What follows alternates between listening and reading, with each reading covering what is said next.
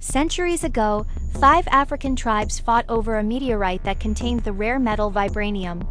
During this conflict, a warrior consumed a heart-shaped herb infused with vibranium, gaining extraordinary powers and becoming the first Black Panther.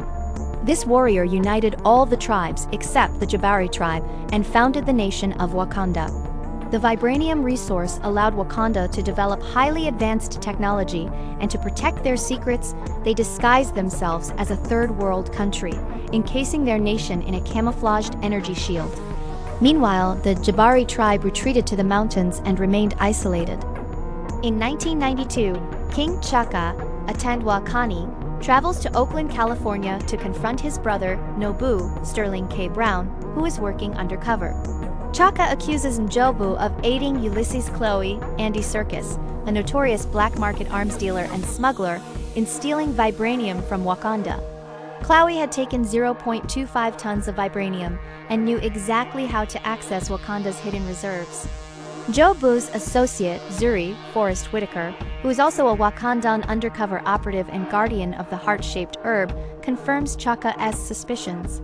Njobu is then ordered to return to Wakanda to face justice for his actions.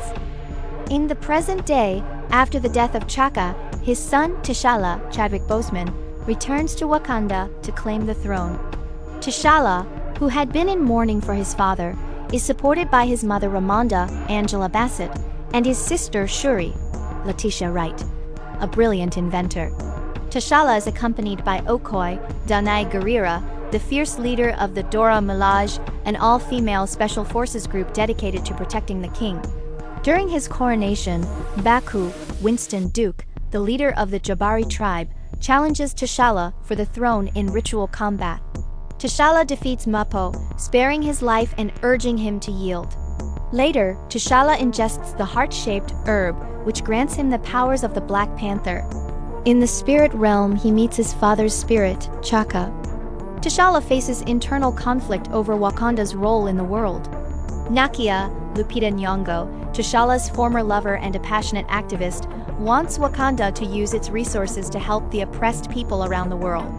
T'Challa, however, is determined to keep Wakanda's technology and vibranium secret to protect his people. The situation grows more complicated when Chloe and Eric Stevens, Michael B. Jordan, the son of Njobu and a U.S. Black Ops soldier, steal a Wakandan artifact from a museum in London.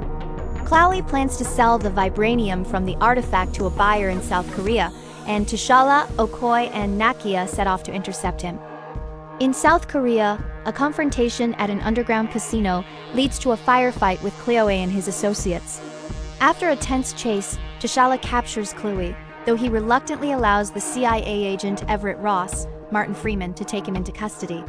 Chloe reveals to Ross that Wakanda's poverty-stricken image is a facade, and that the nation has secretly hoarded vast reserves of vibranium. Eric, tracking Chloe using his vibranium-powered arm cannon, rescues him and seriously injures Ross. Instead of chasing Chloe, T'Challa takes the injured Ross to Wakanda for medical treatment. At Wakanda, while Shuri, T'Challa's sister, heals Ross, T'Challa learns the truth about his father's past. Zuri explains that Njobu, disillusioned with the state of the world, sought to share Wakanda's technology with African-descended people globally to help them overthrow their oppressors and ultimately rule the world. This plan led to Njobu's arrest by Chaka, but during the confrontation, Njobu attacked Zuri, forcing Chaka to kill him. To protect Wakanda's secrets, Chaka ordered that Njobu's death be kept a secret, leaving behind his son Eric in America. Eric, who grew up with the name Killmonger, becomes a U.S. Special Forces operative and returns to Wakanda with Chloe's body. There, he reveals his true identity and challenges T'Challa for the throne. After a brutal battle, Killmonger defeats T'Challa and orders the destruction of the heart-shaped herbs, though Nakia manages to save one. Killmonger, supported by Bibi Daniel Kaluuya and his forces, plans to arm oppressed people around the world with Wakandan weapons.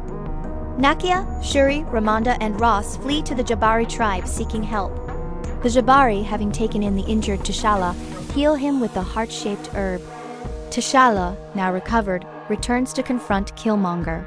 Both men don their Black Panther suits and lead their forces into battle. As the conflict intensifies, Maku and the Jabari tribe arrive to assist T'Challa. Gababi, confronted by Okoye, stands down. In the Vibranium mine, T'Challa disrupts Killmonger's suit and defeats him, but Killmonger refuses to be healed, choosing death over imprisonment. After the battle, T'Challa establishes an outreach center at the site of his father's brother's death under Nakia and Shuri's leadership.